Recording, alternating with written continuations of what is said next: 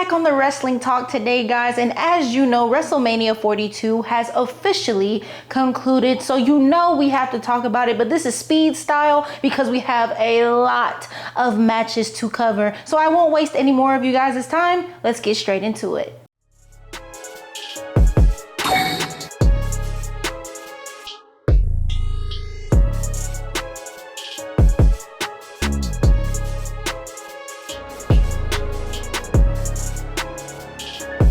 First off, I'm gonna talk about a big issue for me that was across both nights of WrestleMania, and that was just simply time. Outside of the main events, everything just felt rushed, and I don't know if they were trying to make more time for the main events or if they were making time for ads or whatever, but a lot of these matches just didn't get enough time to breathe. And wrestling isn't just moves or just fighting within itself, it's storytelling. It's a dance back and forth. There are ups and downs and peaks and valleys.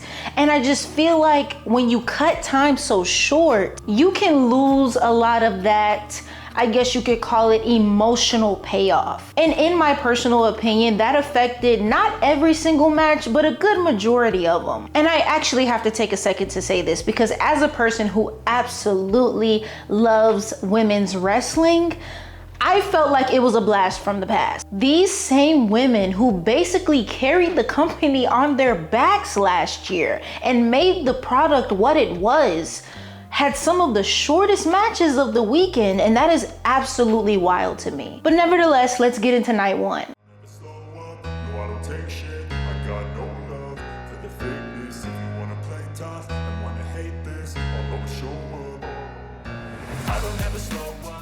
The opening match was solid, nothing crazy. I think it did its job as the opening match. And I think Speed did exactly what he needed to do in showcasing his athleticism. And I actually did like the ending with the Usos and LA Knight sort of defending Speed against the Vision and giving Speed that moment and that table spot with Logan Paul. Jacob Fatu's entrance, fire. When you look at the feud with him and Drew McIntyre leading up to WrestleMania with the jail cell bars and everything, I thought that was a very nice detail. The match overall was decent, but it's one of those matches that I personally thought needed more time. Not just time, but it needed more brutality and it needed a little bit more intensity. With the history that these two have, we've seen them go to extremes like falling off buildings or guardrails, and Drew McIntyre pretty much said, hey, them kids you trying to feed. I don't know, I guess I expected just a little bit more of the brutality aspect. I feel like the feud itself held that true,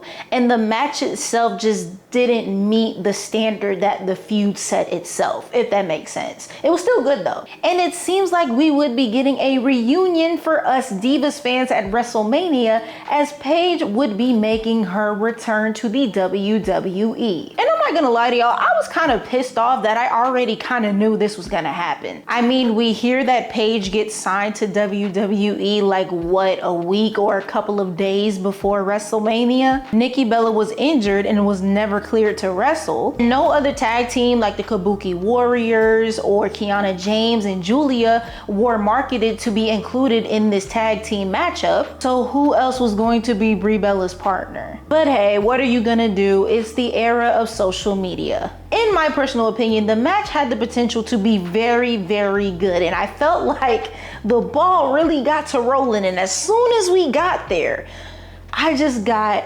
this feeling in the pit of my stomach. As soon as things started to pick up and we got the ball rolling, it started to feel like a showcase for Paige's return. Yeah, and I couldn't disagree with that decision any more than I already do. Don't get me wrong, as a Divas fan, I love to see Paige return, and I'm sure that moment meant the world for her. But you've got these teams that have been grinding almost all year to rebuild these titles and make them relevant again. They just get overshadowed and cast to the side for a shock factor or a highlight moment. And Lyra and Bayley, now y'all know how I feel about Bayley. After last year, to get treated like that again, it just didn't sit right with me. And let's talk about the irresistible forces, Nia Jax and Lash Legend. and they are just what their tag team name would suggest. You have Lash Legend that has been looking unstoppable, went absolutely crazy in the Royal Rumble, and on top of that, got a clean pin on Rhea Ripley, of all people. They are the ones putting their titles on the line, and they aren't involved in the finish at all. Yeah, I'm sorry, this just fell flat to me. AJ Lee's entrance was super cute. The only thing that I would change is that I would have given all of the little girls Divas championships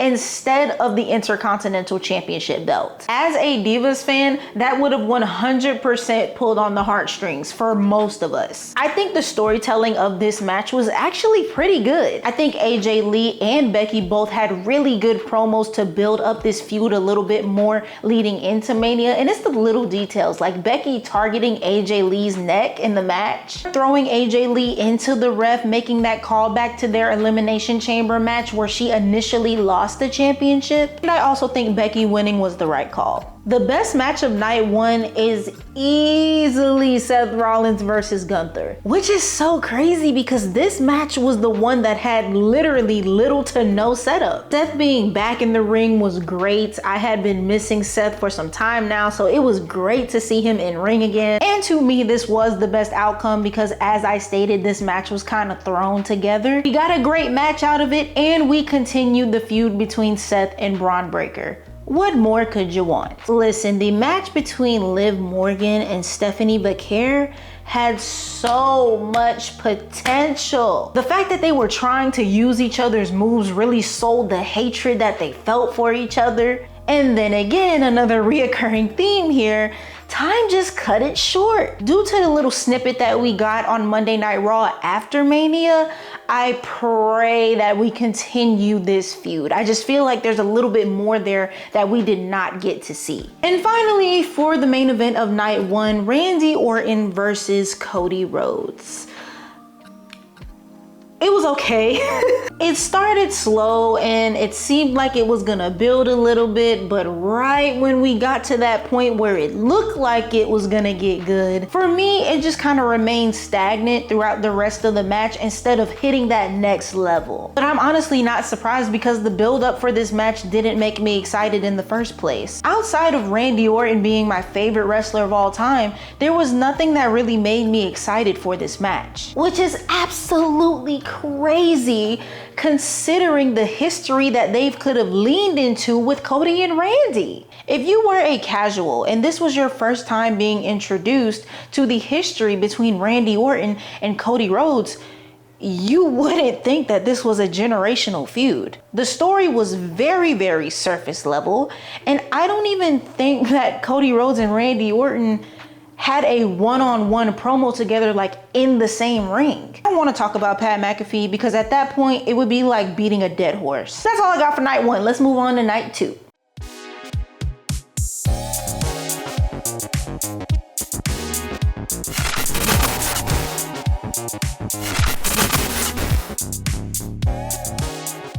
Now, in one of my videos, I stated that I wanted Obafemi to squash Brock Lesnar. At first, I was like, I want Obafemi to squash Brock. I want him to put him through that apron.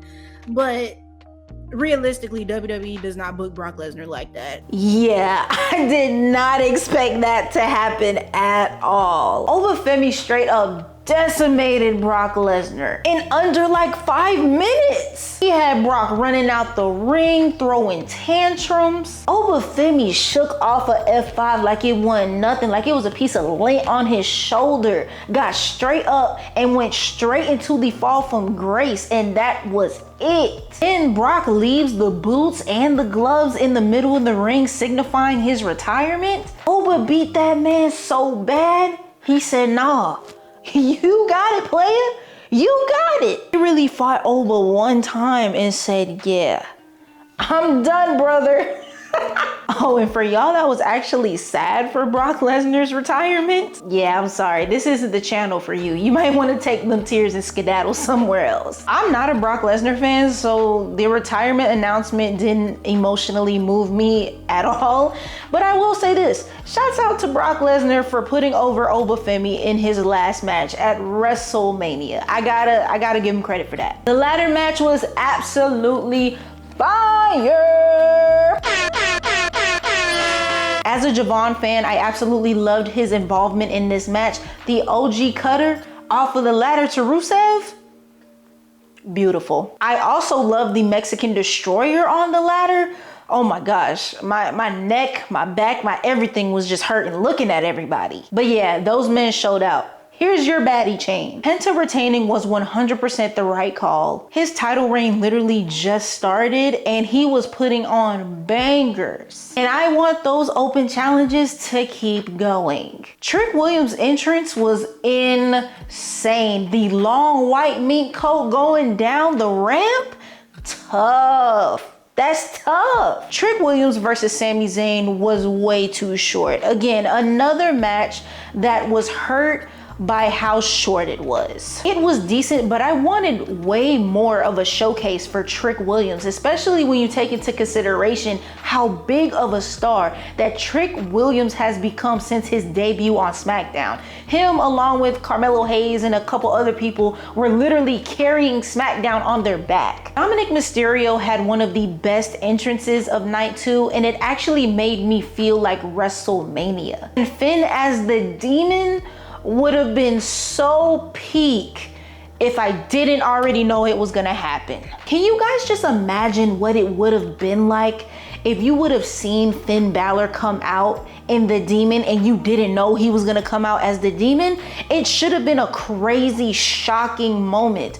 But the fact that I already knew, I don't know, it just kind of took away from the surprise. It took away from the feeling just a little bit. It was still amazing to see Finn as the Demon. Don't get me wrong, it was amazing. But to me, it was a huge missed opportunity. The match was pretty solid though, and I am so happy that Dominic Mysterio finished a match by himself, whether it was in a win or a loss. Moving on to the Women's WWE Championship, I absolutely loved the outer cover thing that Jade was wearing. I don't know what it's called, but it was absolutely beautiful. The way that the garment was like flowing around her body and the way that it fit on her, it made her look like an actual like goddess, and I loved how it looked like a cloud, so it matches her whole like storm gimmick or shtick. I loved Rhea's makeup. I loved the new style of top that she wore that was typically different than the rest of her ring gear that she would normally wear. I loved how she decided to go completely different in wearing all white. It was definitely very striking, and it was very surprising to see her in that, because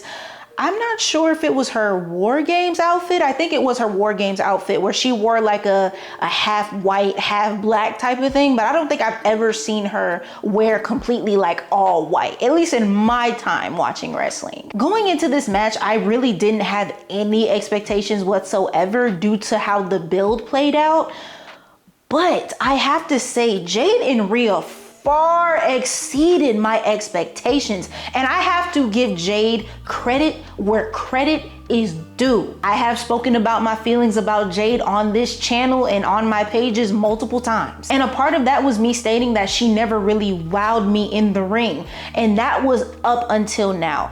Jade literally shocked me. She implemented so many new things into her moveset that at least I have never seen her do before. She pulled out a one-winged angel, a crossface submission, and I even think she pulled out like some lucha libre like transition into the ring. Like she really impressed me. Now personally, I did think that Jade winning would have made more sense story-wise, but I don't hate Rhea winning either. I just need them to continue to book Jade strong after this. Don't let this be a one-time thing. Build her up. And you know, there has been some discussions about how there's really no talent on the SmackDown roster, and I think that couldn't be any more farther from the truth. That's more so my issue. Like, this brings me back to the time where everybody was talking trash about about Michin and BFAB and talking about how bad they were. There is plenty of talent on the SmackDown roster. They're just not booked as such. One of the ways to get wrestlers over or to get them familiar with the crowd is exposure. If Jade and others in the locker room go at it every single week and they're putting on bangers and putting on great matches, that's good for both of them. The roster is going to look more stacked by default, and then Jade will be looking like a complete monster in the process. And the main event, Roman Reigns versus CM Punk. Yeah, I didn't really care who won this match. I just wanted a good, clean match. I was initially pulling for CM Punk, but that was really only because I wanted my champion to be present and Roman is part-time. Again, don't hold that against him. Not really mad at him for it, but I do prefer my champion to be available. But as we heard Roman Reigns say, we got till summer. So let's see where that goes. But yeah, I just wanted a great match, but boy, did they deliver. This match was like over what, 30 minutes? It definitely had that big fight, big main event feel to it. The storytelling was amazing. And I honestly think this is going to be one of those matches that's going to be dubbed as one of the greatest matches in like WrestleMania history. This was the match that I was waiting for all weekend. I was hoping it was gonna be Cody and Randy, but you know, I'm glad that Punk and Roman was able to deliver that for us. But that is it, everyone. Those are my thoughts on WrestleMania 42, night 1 and night 2. And make sure you guys put in the comments, let me know, what do you guys think about night 1 and night 2? What was your favorite night? What was your favorite match from both nights? Let me know. Like the video, subscribe, and I will see you guys in the next video. Bye.